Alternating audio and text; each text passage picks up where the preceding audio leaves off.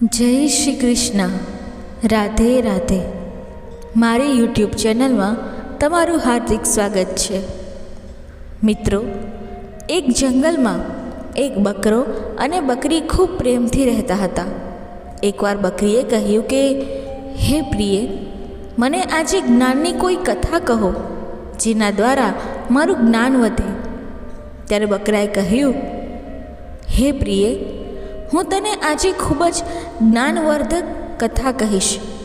તમે તેને ધ્યાનથી છેલ્લે સુધી સાંભળજો, જેથી તમને જ્ઞાન પ્રાપ્ત થાય અને તમને ખબર પડશે કે આ 3 પ્રકારના માણસ પોતાના ખૂનના સગા પણ નથી હોતા.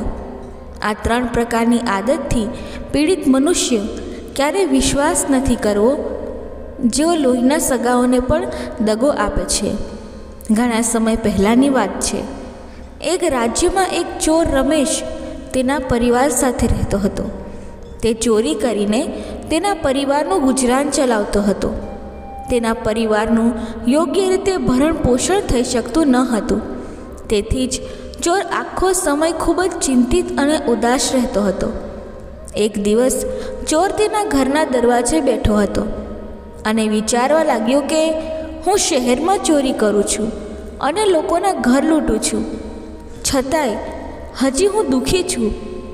મેં આટલી ચોરીઓ કરી છે, તેમ છતાં મારા ઘરની ગરીબી દૂર થતી નથી. મારા ઘરની ગરીબી દૂર થાય તે માટે હું શું કરું? હું નાની ચોરી કરું કે મોટી ચોરી કરું, તો પણ ચોરી તો ચોરી જ છે ને. અને જો હું ચોરી કરતો પકડાઈશ તો મને નાની ચોરી કરવા બદલ પણ એટલી જ સજા થશે જેટલી મોટી ચોરીમાં થાય છે. તો પછી હું મોટી ચોરી કેમ ના કરું? કેમ ના હું મોટો હાથ મારું? આવો વિચાર કરીને ચોરે એક યોજના બનાવી કે આજે રાત્રે તે રાજ્યના શક્તિશાળી ધનવાન માણસનો ખજાનો લૂંટવા જશે. એ ધનવાન માણસના ઘેર ચોરી કરવાની ક્યારેય એ ચોરે હિંમત નહોતી કરી, કારણ કે એના માટે એ અસંભવ વાત હતી. પણ આ વખત તેણે મન બનાવી લીધું અને આ નિર્ણય સાથે તેણે નગરના ધનવાન શક્તિશાળી શેઠનો ખજાનો લૂંટવાનો પ્લાન બનાવ્યો. જ્યારે રાત પડી ત્યારે ચોર એની કળાથી એના મહેલની અંદર ઘૂસી ગયો. ચોર મહેલ જેવા બંગલામાં પ્રવેશ કરે છે અને તે એ જગ્યાએ પહોંચે છે જ્યાં ખજાનો રાખવામાં આવ્યો હતો. ચોરે જોયું કે ખજાનાની આસપાસ ઘણા બધા પહેરેદારો રક્ષા કરી રહ્યા છે. તેમના હાથમાં તલવારો અને બંદૂક છે, તેથી ખજાના સુધી પહોંચવું ખૂબ મુશ્કેલ છે. તેમની નજરથી છુપાઈને આ કામ કરવું ખૂબ મુશ્કેલ છે. આટલી કડક સુરક્ષા છે.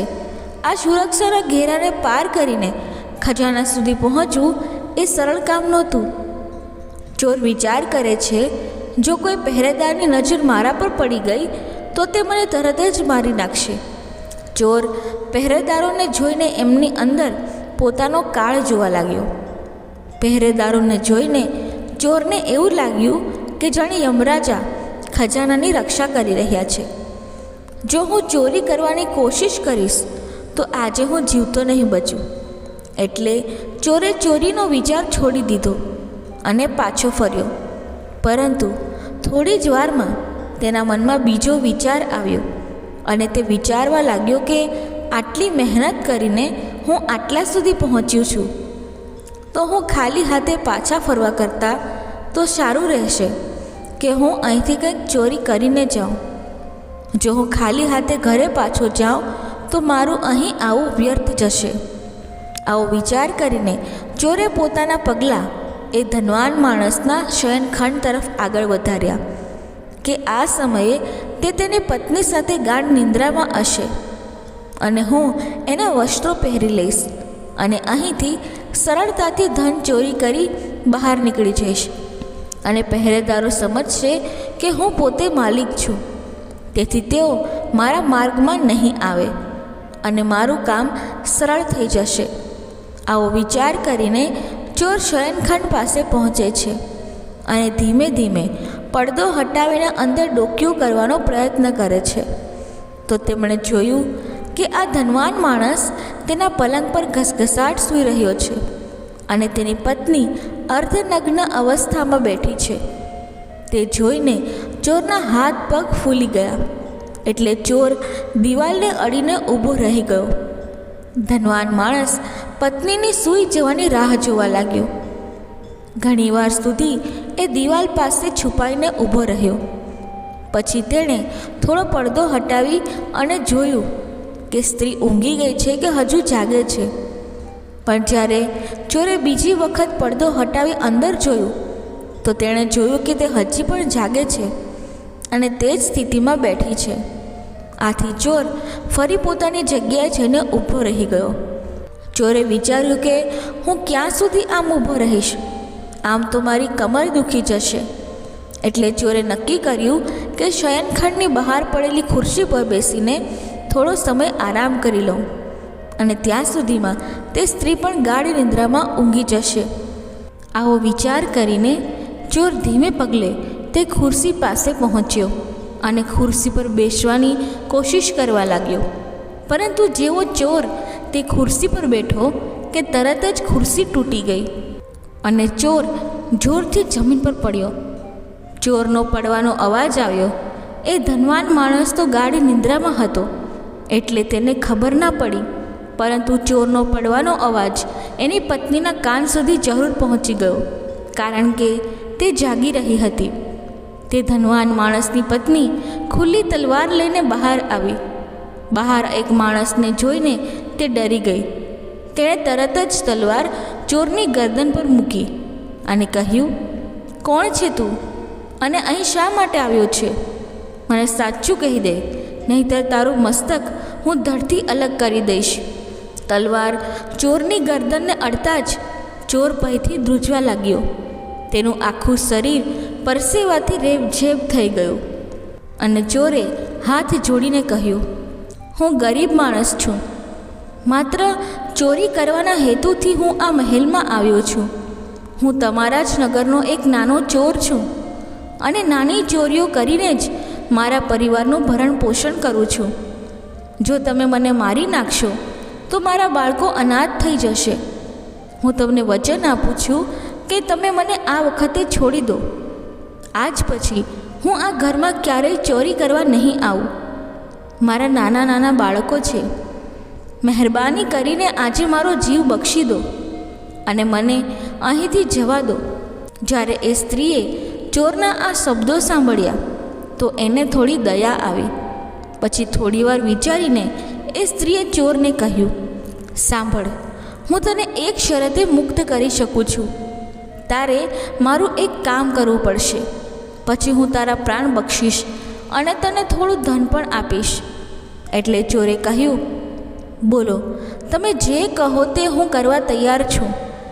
મને તમારી બધી શરતો માન્ય છે. તમે પહેલાં ફક્ત મારા ગળાથી તલવાર હટાવો. તમે જે કહો તે કરવા તૈયાર છું. એ સ્ત્રીએ કહ્યું, જો તું જીવતો ઘરે જવા ઈચ્છતો હોય તો મારા શરણે થઈ જા. આ સમયે હું વાસનાની આગથી પીડિત છું. જો તું મારી સાથે શારીરિક સુખ માણી મારા મનને સંતોષ આપે તો જ તું અહીંથી જીવતો જઈ શકીશ, અને જો ના પાડીશ તો તારું માથું અને મારી તલવાર એક જ ઝાટકે તારું મસ્તક ધડથી અલગ કરી નાખીશ. હવે વિચારી લે કે તારે શું કરવું છે. જ્યારે ચોર એ સ્ત્રીના આ શબ્દો સાંભળે છે ત્યારે તે વધુ ગભરાઈ જાય છે. ચોર એને કહે છે કે ક્યાં હું નાનો મામૂલી ચોર માણસ અને ક્યાં તમે, આટલા મોટા સામ્રાજ્યના માલકીન.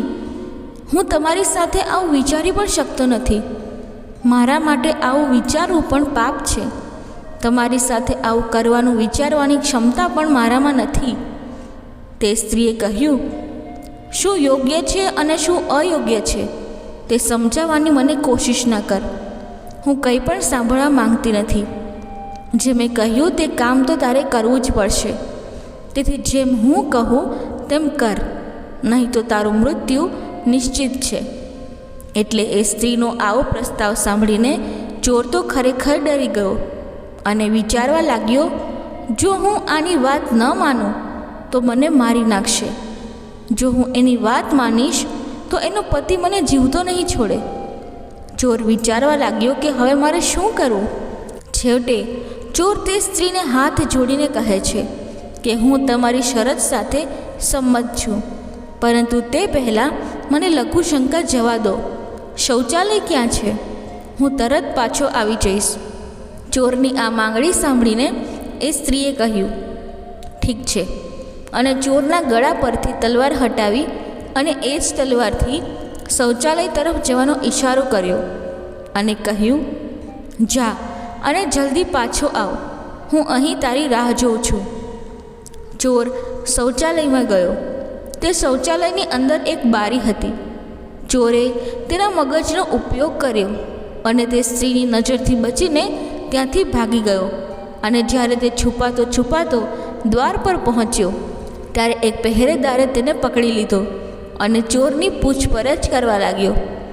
ચોર તો પહેલાંથી જ ખૂબ ડરી ગયો હતો.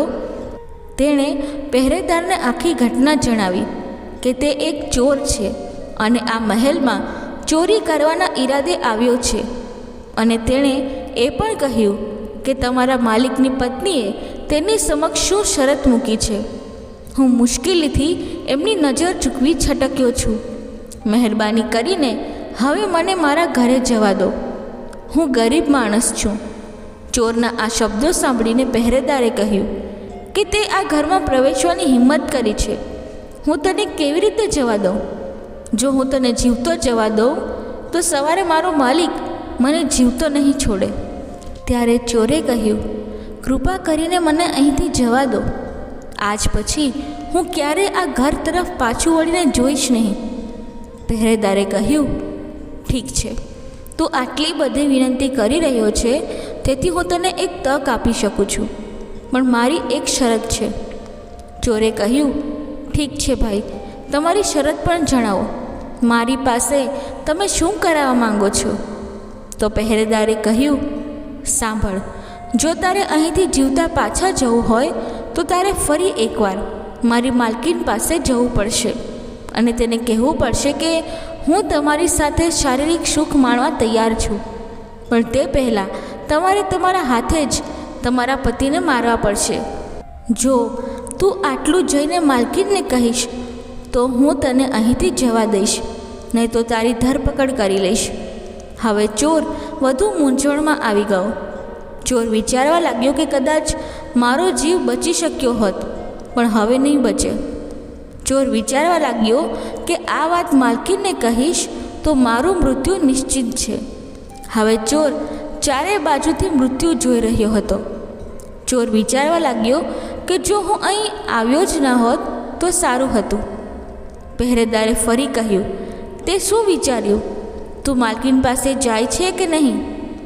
ચોરે કહ્યું, હા ભાઈ, હું હમણાં જ એમની પાસે જઈશ અને તમે મને જે કહ્યું છે તે કહીશ.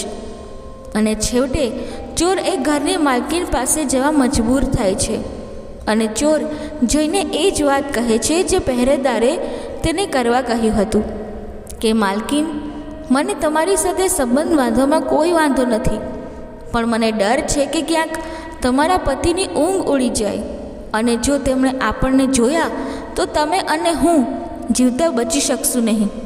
જો તમે મારી સાથે શારીરિક સંબંધ બનાવવા માંગો છો તો પહેલાં તમારે તમારા પતિનું મસ્તક કાપી નાખવું પડશે, તો જ તમારી સાથે સંબંધ બાંધવામાં મને કોઈ વાંધો નથી. જ્યારે કામ વાસનામાં અંધ બનેલી એ સ્ત્રી આ વાત સાંભળે છે ત્યારે તે ચોરને કહે છે, બસ આટલી જ વાત? તું થોડીવાર થોભ, હું શેઠને મારીને આવું છું.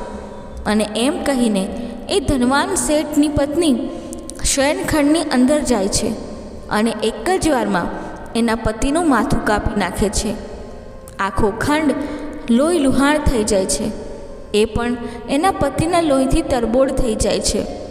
પતિના મૃત્યુ પછી એ સ્ત્રી સંપૂર્ણ રીતે લોહીથી ભીંજાઈ જાય છે અને તે દ્રશ્ય જોઈને તે બેભાન થઈ જાય છે. આ જોઈને તક મળતા તે ચોર પણ ત્યાંથી ભાગી ગયો. બીજા દિવસે સવાર પડે છે. જ્યારે સવારે નોકર ચાકરોએ જોયું કે માલિકનું શિરછેદ થયેલું શરીર પડેલું છે અને તેમની પત્ની પણ બેભાન અવસ્થામાં પડેલી છે, ત્યારે આ દ્રશ્ય જોઈને ખળભળાટ મચી ગયો. માલિકને કોણે માર્યા તે કોઈ જાણી શકતું ન હતું. માલિકને કોણે માર્યા તે કોઈ નોકર ચાકર કે કોઈ પહેરેદારને ખબર ન પડી. આ રહસ્ય માત્ર એ જ પહેરેદારને ખબર હતી જે તે રાત્રે ચોરને મળ્યો હતો, પરંતુ તેણે આ વાતની કોઈ સાથે ચર્ચા કરી નહીં. એણે વિચાર્યું કે કોઈ મારી વાત પર વિશ્વાસ નહીં કરે અને ઉલટું તેને દોષિત ઠેરવવામાં આવશે. તેવો વિચાર કરીને તેણે પોતાનું મોં બંધ રાખ્યું. જ્યારે બધા માલિકના અંતિમ સંસ્કારમાં હાજર હતા ત્યારે એ મરનાર માણસની પત્નીએ જાહેર કર્યું કે તે તેના પતિ સાથે સતી થવા માંગે છે. જ્યારે આ વાત બધા લોકોએ સાંભળી કે એની પત્ની પણ એની સાથે સતી થવા માંગે છે ત્યારે તેમના મોં પણ બંધ થઈ ગયા. જે લોકો શંકા કરી રહ્યા હતા કે પત્નીએ જ તેના પતિની હત્યા કરી છે, એ ધનવાન શક્તિશાળી શેઠ અંતિમ સંસ્કારની તૈયારીઓ પૂર્ણ થતાં એના મૃતદેહને સ્મશાન ભૂમિમાં લઈ જવામાં આવ્યો અને સ્મશાન ભૂમિમાં લઈ જવા બાદ એના અંતિમ સંસ્કાર માટે પસંદ કરાયેલી ચિતા પર મૃતદેહને રાખ્યો.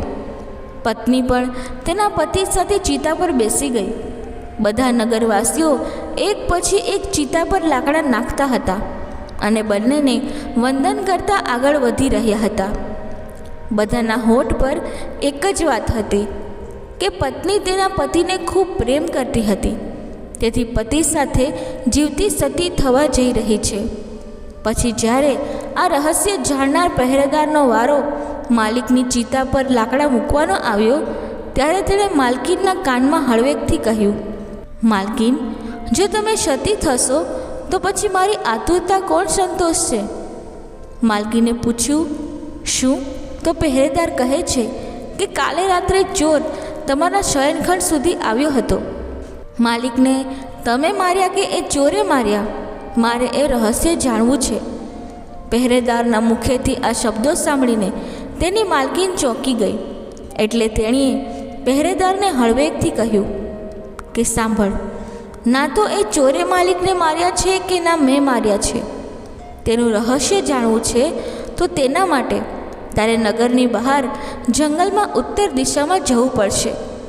તે જંગલમાં એક વૃદ્ધ માતાજી તેની ઝૂંપડીમાં રહે છે. તે જ વૃદ્ધ સ્ત્રી તને આ પ્રશ્નનો ઉત્તર આપી શકે છે કે તારા માલિકને કોણે માર્યા.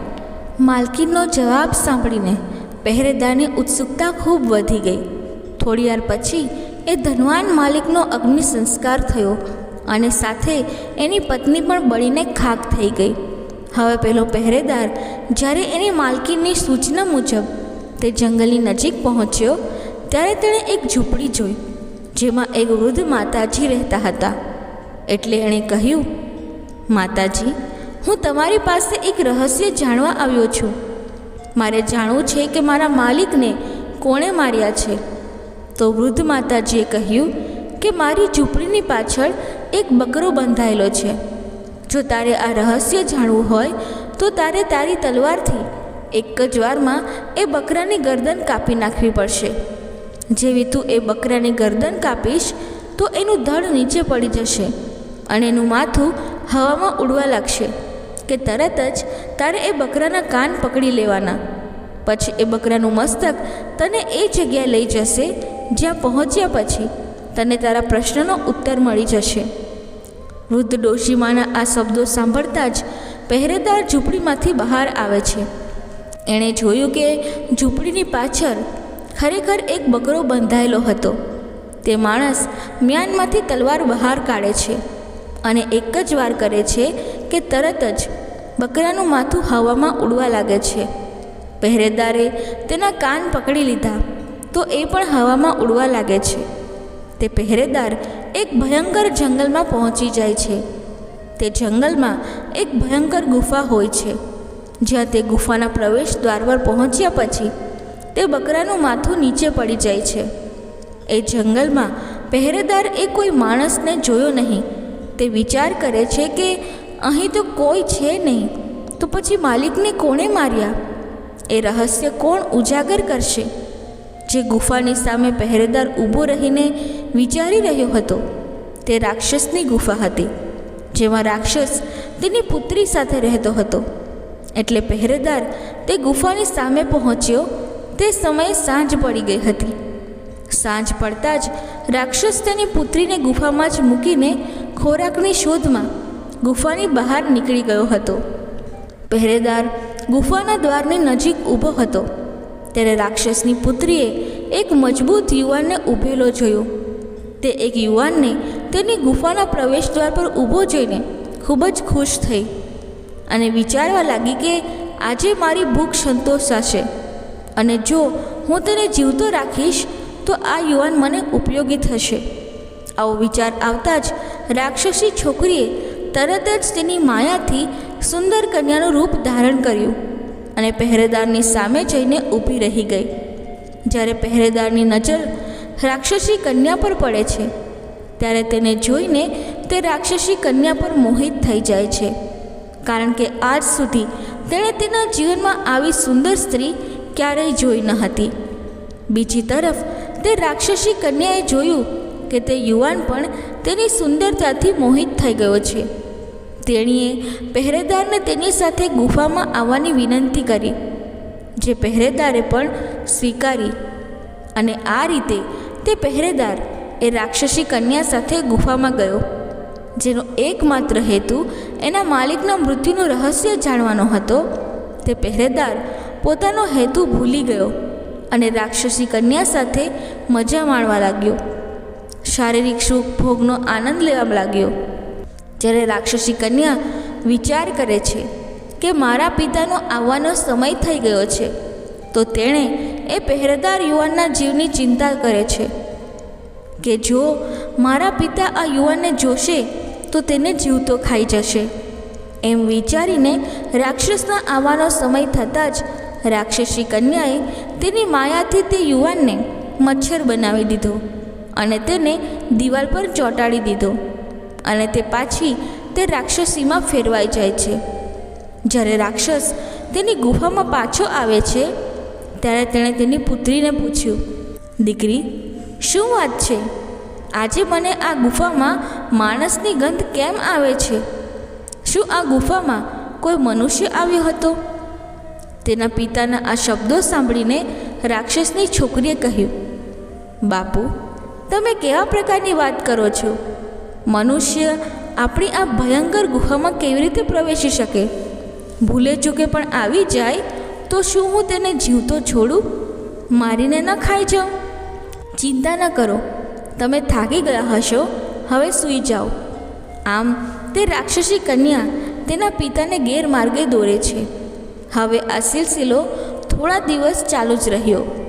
રાક્ષસ ગુફાની બહાર શિકારની શોધમાં જાય એટલે તેની પુત્રી સુંદર કન્યાનું રૂપ ધારણ કરે અને પેલા પહેરેદાર યુવાનને મચ્છરમાંથી પાછો માણસ બનાવી દે અને શારીરિક સુખ ભોગવે. આ રીતે એ પહેરેદાર યુવાનને રાક્ષસની ગુફામાં રહ્યાને ઘણો સમય પસાર થઈ ગયો. જ્યારે તે પહેરેદારનું મન તે રાક્ષસી કન્યાથી ભરાઈ ગયું ત્યારે તે તેની પત્ની અને બાળકોને યાદ કરવા લાગ્યો. પરંતુ તે રાક્ષસી કન્યાની ચંગુલમાં હતો અને તેમાંથી નીકળવું સરળ કાર્ય ન હતું. તેની ચંગુલમાં થોડા વધુ દિવસો પસાર થઈ ગયા.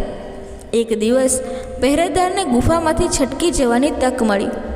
બન્યું એવું કે એક દિવસ જ્યારે રાક્ષસ તેની પુત્રીને ગુફામાં એકલી છોડીને શિકાર માટે જંગલમાં ગયો ત્યારે રાક્ષસના ગયા પછી રાક્ષસી કન્યાએ મચ્છર બનેલા પહેરેદારને ફરીથી માણસમાં ફેરવી દીધો. શારીરિક સુખ માણ્યું પણ પછી તેને ઊંઘ આવી ગઈ. પહેરેદારને મચ્છર બનાવવાનું ભૂલી ગઈ અને પહેરેદાર ત્યાંથી ભાગી જવામાં સફળ રહ્યો. તે ગુફામાંથી બહાર નીકળી ગયો. ગુફામાંથી બહાર તો નીકળ્યો પણ તેને તેના નગરનો રસ્તો સૂચતો ન હતો. છતાં તેણે હાર ન માની, ભગવાનનો આભાર માન્યો. તે એક દિશા તરફ ચાલતો જ ગયો. પછી આખરે તે પોતાના નગરમાં પહોંચ્યો. તેના ઘેર પહોંચ્યો. તેના પરિવારના સભ્યોને મળ્યો. તેના પરિવારને મળીને તેને ખૂબ આનંદ થયો. પહેરેદાર વિચારી રહ્યો હતો કે સારું થયું કે હું પેલી રાક્ષસી કન્યાની નજરથી છટકવામાં સફળ રહ્યો. જો મને આ મોકો ના મળ્યો હોત તો કોણ જાણે ક્યાં સુધી તે મને આ રીતે ગુફામાં મચ્છર બનાવીને રાખત? આ રીતે તે પહેરેદાર તેના ઘરે પાછો આવે છે. થોડાક દિવસો પસાર થાય છે ત્યારે તે પહેરેદારને ફરીથી તે રાક્ષસી કન્યાની યાદ આવવા લાગી. એની સાથે વિતાવેલ ક્ષણો યાદ આવવા લાગી. અચાનક તેને પસ્તાવો થવા લાગ્યો કે મારે તેને આ રીતે એકલી ન છોડવી જોઈતી હતી. તેણીએ મારી ખૂબ કાળજી લીધી, મને આટલો પ્રેમ કર્યો, અને મેં તેની સાથે શું કર્યું? જ્યારે હું આવ્યો ત્યારે હું તેને મળ્યો પણ ન હતો. જ્યારે આ વિચાર પહેરેદારના મનમાં આવે છે ત્યારે તેની બેચેની વધવા લાગે છે. હવે તે દિવસ રાત તેના વિચારોમાં ખોવાયેલો રહે છે. તેને નથી ભોજન ભાવતું કે નથી પાણી. પહેરેદાર એ ફરીથી એ રાક્ષસી કન્યાને મળવાનું નક્કી કર્યું.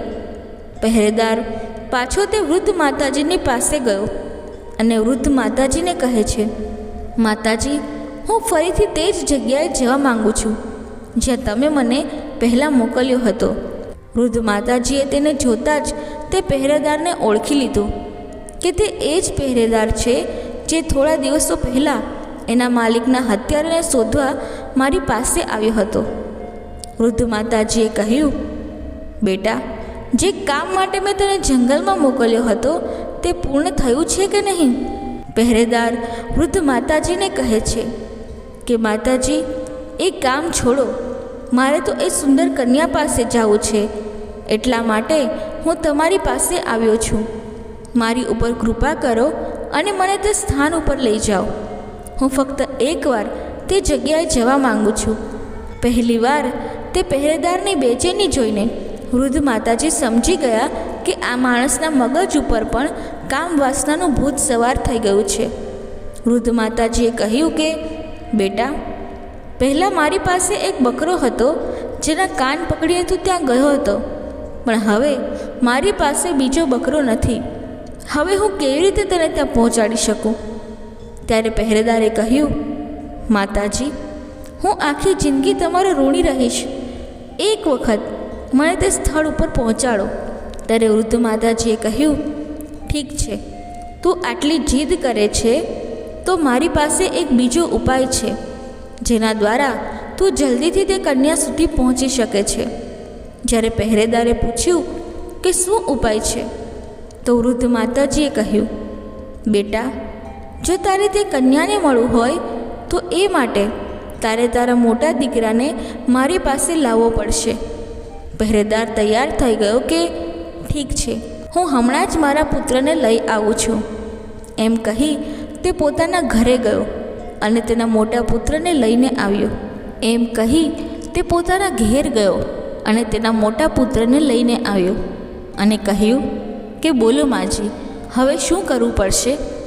તમારા કહ્યા મુજબ હું મારા પુત્રને તમારી પાસે લઈ આવ્યો છું. હવે શું કરવું એ તમે મને કહી જણાવો. વૃદ્ધ માતાજીએ કહ્યું, બેટા, તારે બીજું કંઈ કરવાની જરૂર નથી. જે રીતે બકરાનું માથું કાપીને નાખ્યું હતું તેવી જ રીતે તારે એક ઝટકે તારા પુત્રનું મસ્તક કાપવું પડશે. જેમ તું બકરાના કપાયેલા મસ્તકના કાન પકડીને તે જગ્યાએ પહોંચ્યો હતો તેવી જ રીતે તારા પુત્રનું મસ્તક પણ તને તે સ્થળે લઈ જશે. કામ વાસનાના ભૂતથી ત્રસ્ત પહેરેદાર તે રાક્ષસી કન્યાને મળવા માટે તેના પુત્રનું માથું કાપવા તૈયાર થઈ ગયો. જેવી તેણે તલવાર ઉપાડી કે તરત જ વૃદ્ધ માતાજી તેનો હાથ પકડી લે છે અને કહે છે કે થોભી જા, તું પહેલીવાર મારી પાસે એક પ્રશ્નનો ઉત્તર જાણવા આવ્યો હતો. આજ તારા પ્રશ્નનો ઉત્તર છે કે તે દિવસે તારા માલિકને કોણે માર્યા હતા. માલિકને ના તો ચોરે માર્યા કે ના તો એની પત્નીએ માર્યા. તારા માલિકને માણસની અંદર કામ વાસનાએ માર્યા હતા. જેમ તું કામ વાસનામાં અંધ બનીને તારા જ પુત્રને મારવા તૈયાર થયો, મનુષ્ય વાસનામાં આંધળો થઈને કોઈ એવું ઘૃણાસ્પદ કૃત્ય કરી બેસે છે જેની કોઈને કલ્પના પણ નથી હોતી.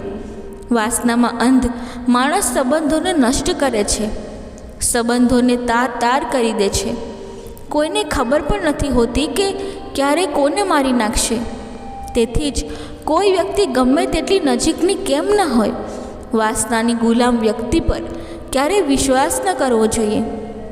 વૃદ્ધ માતાજીએ આગળ સમજાવતા કહ્યું, બેટા, બીજો છે ધનનો લોભી. ધનનો લોભી વ્યક્તિ ક્યારેય કોઈનો સગો નથી હોતો. પૈસાના લોભી વ્યક્તિ માટે બીજું કંઈ પણ મહત્ત્વનું નથી હોતું. આવા લોકો થોડા પૈસાના લોભમાં તમામ હદ વટાવી દેતા હોય છે. પૈસાના લોભી વ્યક્તિ પર ક્યારેય વિશ્વાસ ન કરવો જોઈએ. હવે હું તને એવી ત્રીજી વ્યક્તિ વિશે કહીશ જેના પર તમારે ભૂલથી પણ વિશ્વાસ ન કરવો જોઈએ, અને તે છે ગુસ્સાવાળા સ્વભાવના લોકો. ક્રોધિત માનવ ભરોસો કરવાને લાયક નથી. તેના ગુસ્સાનો તે ગુલામ બની જાય છે, અને તેને વશ થઈ તે ક્યારે શું કરી બેસે તેની તેને પણ ખબર નથી હોતી, જેનું પરિણામ પછી પસ્તાવા સિવાય બીજું કંઈ નથી. બેટા, આ 3 પ્રકારના લોકો કોઈ પણ હદ સુધી જઈ શકે છે. વૃદ્ધ માતાજીએ પહેરેદારને આગળ સમજાવતા કહ્યું, બેટા, જંગલમાં કોઈ કન્યા નથી. એ ગુફા, એ સુંદર કન્યા, આ બધું મારા દ્વારા રચાયેલ એક માયા હતી. જો મેં તમારા પ્રશ્નનો સીધો ઉત્તર આપ્યો હોત અને કહ્યું હોત કે તારા માલિકનો હત્યારો કામ વાસના છે, તો તે મારી વાત પર વિશ્વાસ ના કર્યો હોત. પરંતુ આજે તે તારી પોતાની આંખે જોયું કે વાસના, લોભ, લાલચ અને ક્રોધમાં માણસ કેટલો અંધ બની જાય છે કે તે પોતાના પુત્રને પણ જોઈ શકતો નથી.